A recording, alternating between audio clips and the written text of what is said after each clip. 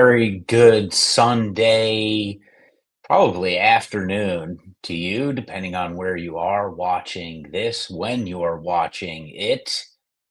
Hopefully, you had a enjoyable, family-filled, fun-filled, profit-filled Thanksgiving day, Thanksgiving weekend. Uh, Happy you're joining us on this Sunday morning or afternoon. Clark Day at Churchill Downs, not profitable for myself. If you recall last week, I was not speaking too highly of magnitude, and was unfortunate for me watching him win the Clark as I was on the golf course Friday evening. Um, and that was not the result that I was anticipating. I was looking for First Mission to run a hell of a lot better than he did. Hit show, looked like he was going to get there. Maybe started his rally a little bit later than we would have liked. But magnitude, give him credit. Saw an opportunity there and pounced. And good for the connections. Good win for magnitude. Um, my guess is that we'll see plenty of him as a 4-year-old. I haven't seen what the plan is for him, but it seems like a horse like that had a lot of high hopes as a 3-year-old with a big win in Louisiana early on in the Kentucky Derby Trail, and then was on the bench for a little while. Missed a lot of the Triple Crown action. Came back in the Travers, and then the Pennsylvania Derby, I believe, to come back and win the Clark, a Grade One. I imagine we'll see a lot of him coming up as a 4-year-old. So we'll see. We'll see. Maybe my opinion on him will change moving forward. But it sounds like Sovereignty is going to be running as a 4-year-old too. So maybe those two will end up knocking heads a handful of times over the course of the next um, 12 months or so. What I want to spend this show doing is looking at pace points, and I thought that there was a good example on the Clark Day card, specifically in race 8, where we can kind of use pace points to identify how a race is going to set up and potentially allow us to navigate race shape and trips and utilize it to our advantage to potentially find some winners. And a lot of times when you read handicapping books, right, when you see the author have examples of, like, when you have, we see it in sports too, right? I think I make fun of a lot of the stats that we see. And ESPN's probably the biggest culprit of it. When they pull out a stat that says, you know such and such team in such and such a scenario, when trailing by this exact number of points on a Tuesday, when the game kicked off at exactly this time and the temperature was under this degree and the wind was blowing at this particular speed, right? And they're cherry picking some sort of data, and right, and you can make stats and information tell any sort of story that you want, right? We're fully aware of this.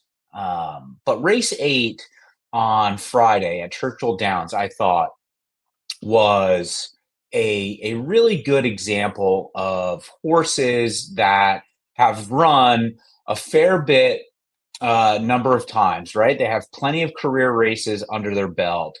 And we did not have on paper, when you're looking at the PPs, and I'll show you the PPs from DRF, we did not have a clear front runner, right? And when I say clear front runner, what I mean is we did not have a horse that had clear 1-1-1-1-1 going right across the running line. We did not have a horse that clearly likes to send out on the front.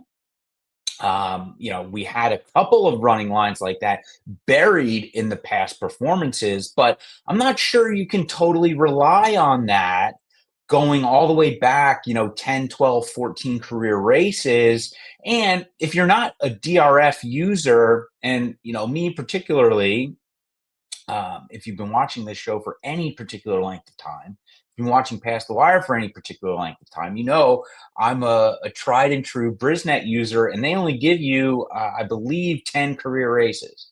So a lot of these where you will see in this race, the 1-1-1-1-1 across the running line, like I wouldn't have even seen on Brisnet. So my point is, I feel like having pace points as a tool to know, okay, in this field, who is the fastest out of the gate? Who is going to be on the lead? Who is going to be setting the pace at the first call? Who's going to be there at the second call?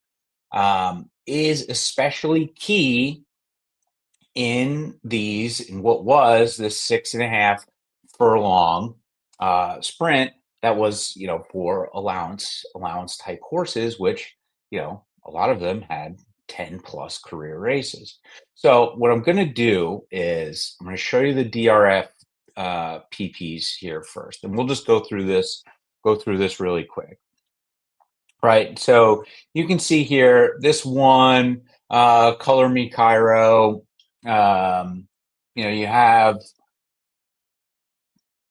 excuse me, you have some bit of, early speed. They like to be at least forward, but, not necessarily on the lead per se. You have this race here, if you could see my cursor, a couple back here in this area where they were on the lead, right?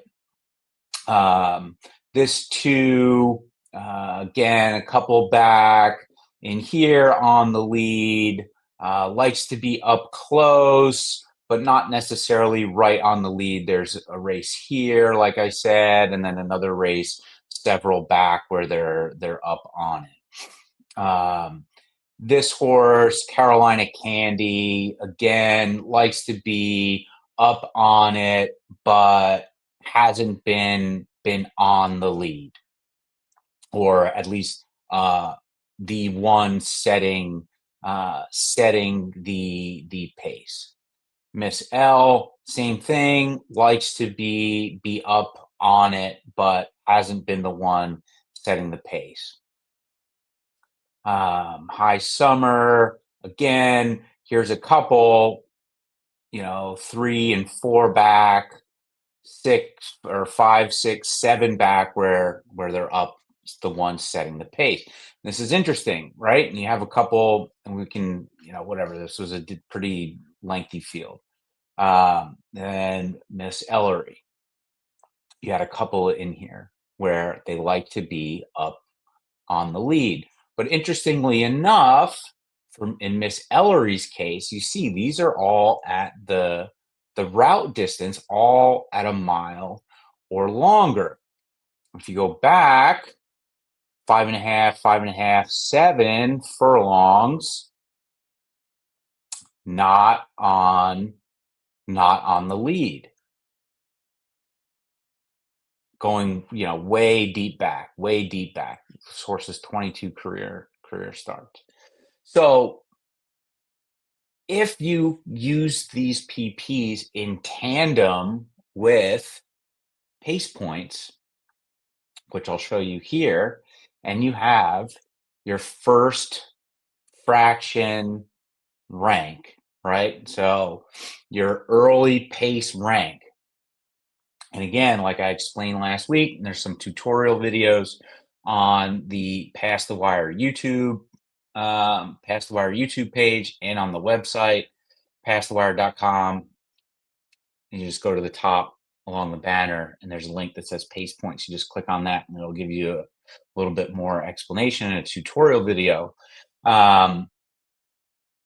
This is our ranking on who we think are going to be the early pace setters, right? So if you look in those route races with that 7, Miss Ellery, she's up on the lead, but these are route races. Interesting, interesting, interesting. Go back and look, like I said, at her at her sprint races. She's not up on the lead, right? So she's obviously saving herself. She's obviously saving herself because the distances are a little bit longer. So perhaps this might throw you off a little bit, thinking that she's just gonna go. So based on a variety of different factors that we include, which we explain in another video on the website, we put her coming from off it, and I'll show you the replay here. But we had this 3, the 4, and the 5, and the 6 as the early pace setters based on our rankings. And again, if you looked at the 3 and 4, like I showed you, they like to be forward, but they weren't necessarily the early. They like to be forward, but they weren't necessarily on the lead. So if you didn't have pace points kind of guiding you to say, okay, the 3 and 4 are going to be out there vying for the early lead, then you're looking at DRF. Maybe you're thinking, okay, then maybe this 7 is going to be on the lead because we saw the 1-1-1-1-1 going across. Let's check out the replay. And they're off. And who flies out of there? And we'll see the top over. Who is it? It's the 3 and 4. Diamonds is just off them on the outside third. On the main track now, Carolina Candy steps out to be the clear leader. Miss L backs off, eases off this early lead into second. Dozen Diamonds keeps pace outside third. So you have the 3 and 4 inside fourth, right there. 2 Creative Quality racing in fifth. Setting that early pace, and that 3 flew out of there, right? So if you had pace points and using it in tandem with the DRF, you would have been able to decipher that the 3 and 4 were going to be the quickest out of the gate. And what I mean by that is just, I'm going to pause this and I'll take it down, and we'll go back to the stretch drive when I talk about the last fraction ring, the late pace ring, and using it in tandem, right? We know they like to be forward. So for using that along with our rankings of 1 and 2, and we allow ourselves to utilize and trust the pace point, thinking, okay, the 3 and 4, Carolina Candy and Miss L, are going to be the 2 that are going to fly out of there. The 6, I thought was going to be a little bit more forwardly placed, but when we see coming over the top as they break out of the gate, she kind of got a little squirrely out of the gate and didn't have the cleanest of brakes, as we'll see. I'll let it play a little bit more when they show a little bit of a replay. So that threw her off a little bit. But we have the 3 and the 4, and I think if we use those in tandem, we get a clearer picture of how this race is going to set up. Now, if we're looking at it, and I'm going to put this back up, and I'm going to pause it, and I'm going to go, I'll play it, and I'll pause it when they're coming back to the top of the stretch here, right? Look how wide that 10 is. And then the 7 is in the white cap just behind the blue cap, which is the 10, right? So that 7 is one of the faster of the late pace rankings. And we're going to see her run fairly well here coming late. We're going to see her run fairly well. Same with this 10, who was the best late pace rank as well, which is in the blue cap. No, I'm sorry. The 7 is in this the black and the red there coming up the outside.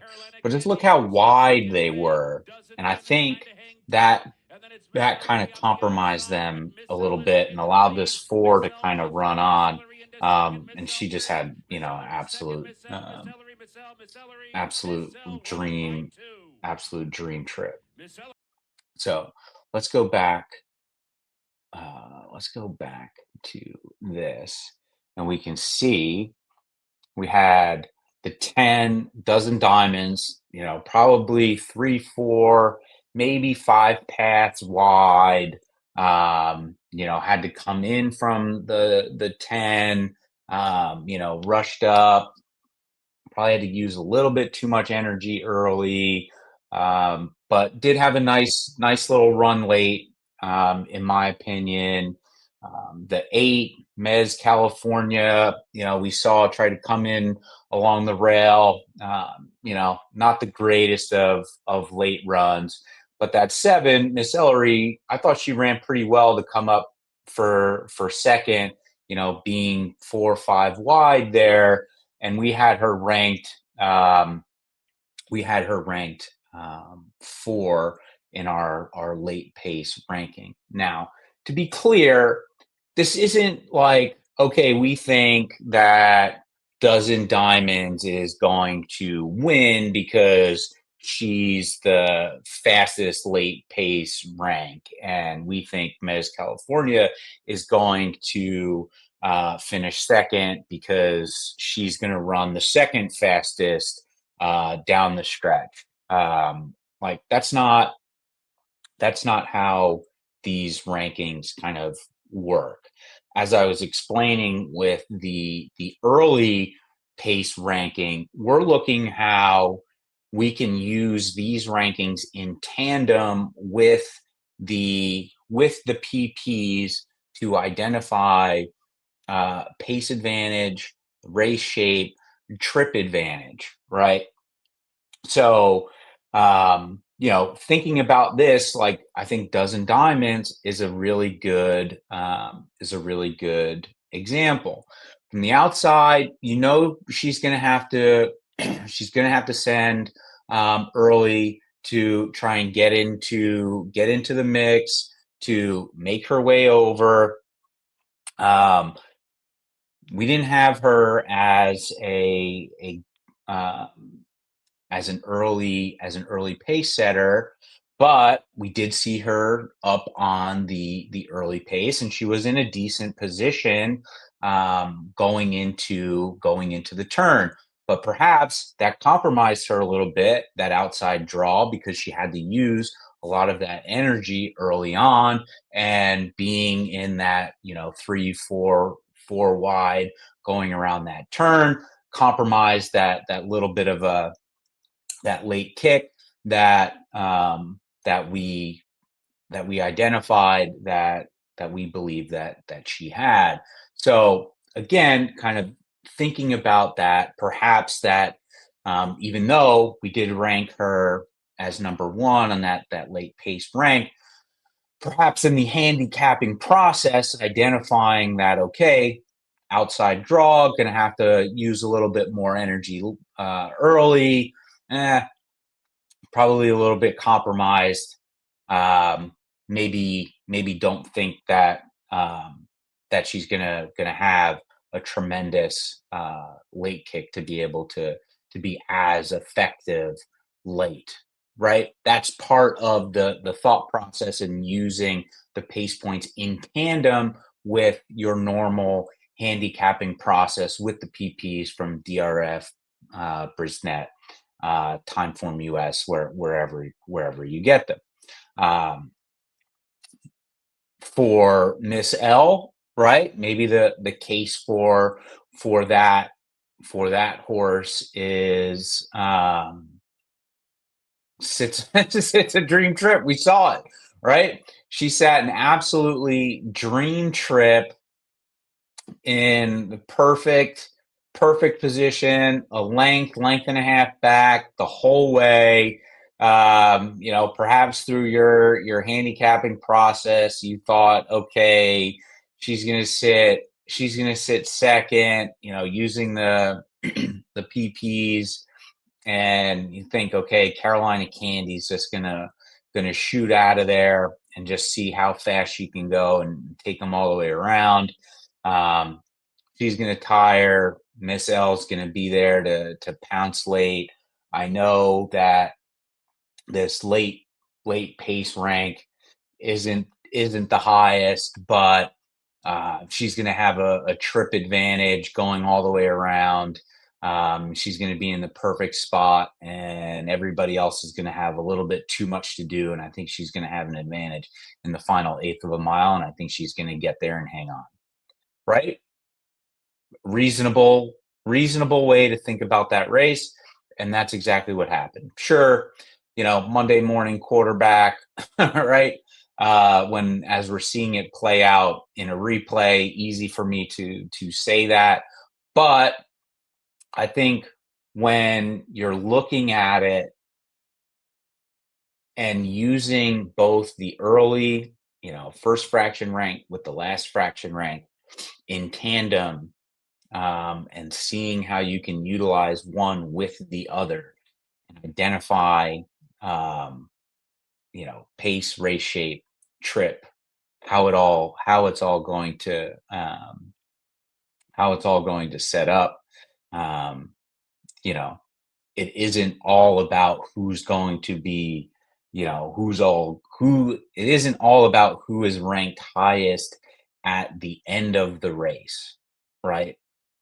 Just because somebody's going to be running fastest in the last quarter mile or the last eighth of a mile doesn't necessarily mean they're going to get to the wire first. So hopefully that is a good explanation of how to kind of use pace points along with the PPs to kind of identify how a race is going to set up. Well, let's watch this gallop out, and then they'll show the break from the overhead. I think I clipped it enough where we can see it, and we can see what happened to this six, because I believe the six kind of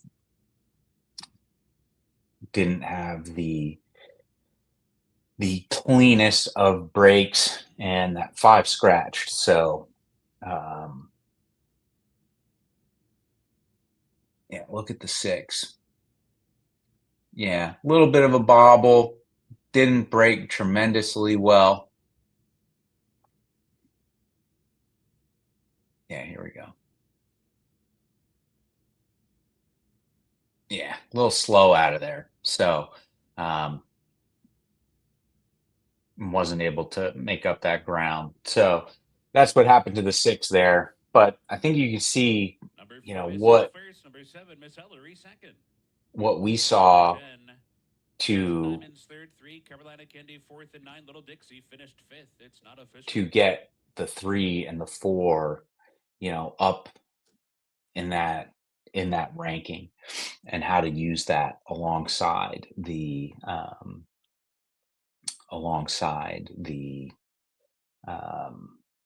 the DRF PPs, and identifying when we don't see a clear a clear pace setter, the pace points allow us to identify um, who's going to be on the lead, setting the pace, and gives us a better snapshot of how that race is going to set up and who's going to have the advantage turning for home.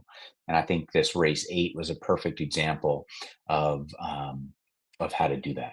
All right, we're going to take a quick break, then we're going to come back and we're going to talk about the Kentucky Derby and the Kentucky Oaks, of all things, as everything is starting to heat up already, and we're getting excited for it as we're what 5 months 5 months away. We'll be right back.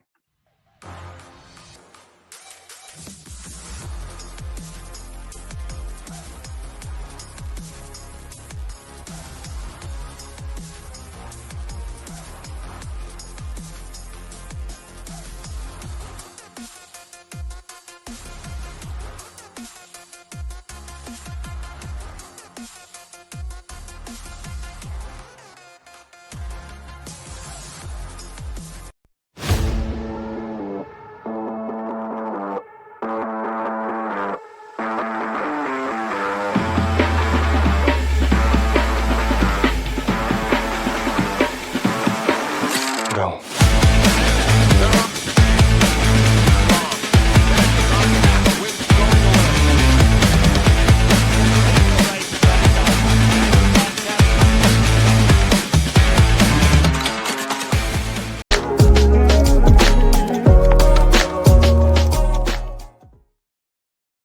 All right, welcome back. Past the Wire TV, Sunday morning coffee, Big Race Gym, brought to you mostly every week by our great partners, Amwager, Pleasant Acres Stallions, Tampa Bay Downs celebrating 100 years, Scorebet Coffee, Spendthrift Farms, everybody doing great things. The Kentucky Derby, Kentucky Oaks, be here before you know it. Lots of points races, handful of points races already happened. And just a quick promo that the Kentucky Derby radar show is going to start kicking off here on Past the Wire TV on the YouTube channel. And that's always exciting. All right, I think we've got, what do we got? We've got Cigar Mile coming up this weekend. And that is also, it's also Remsen Day, isn't it? I believe. I'm just checking. Just checking.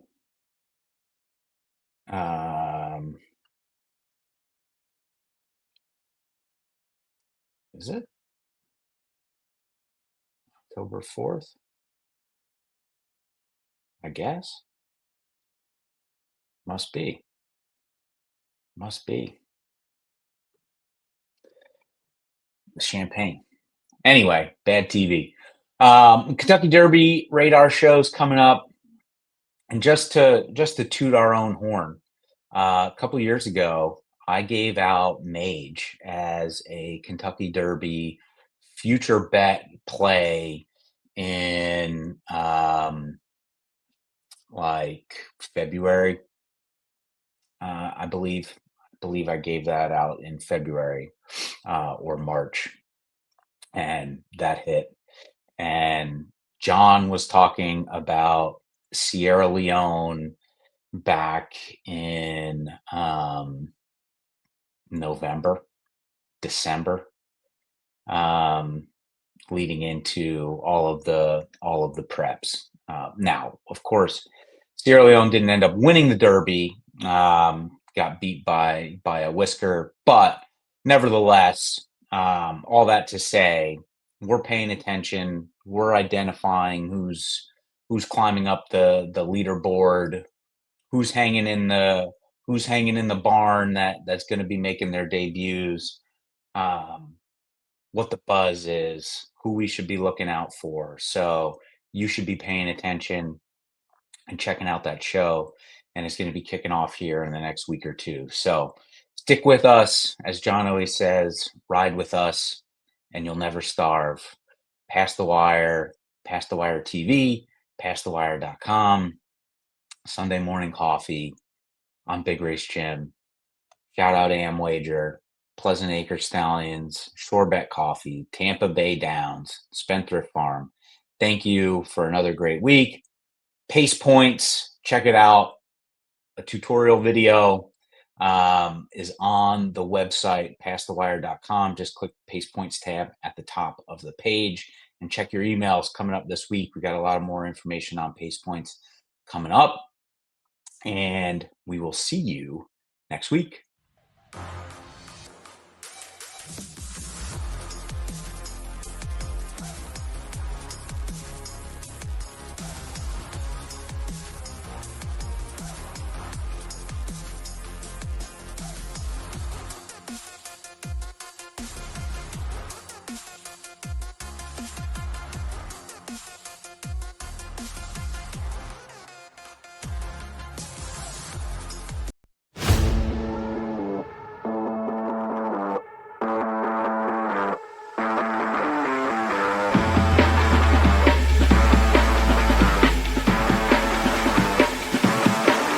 Go.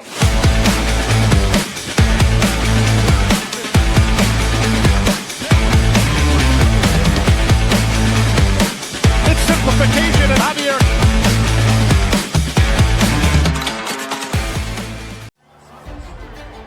Here comes journalism, here comes sovereignty, and they square off, head into the final front.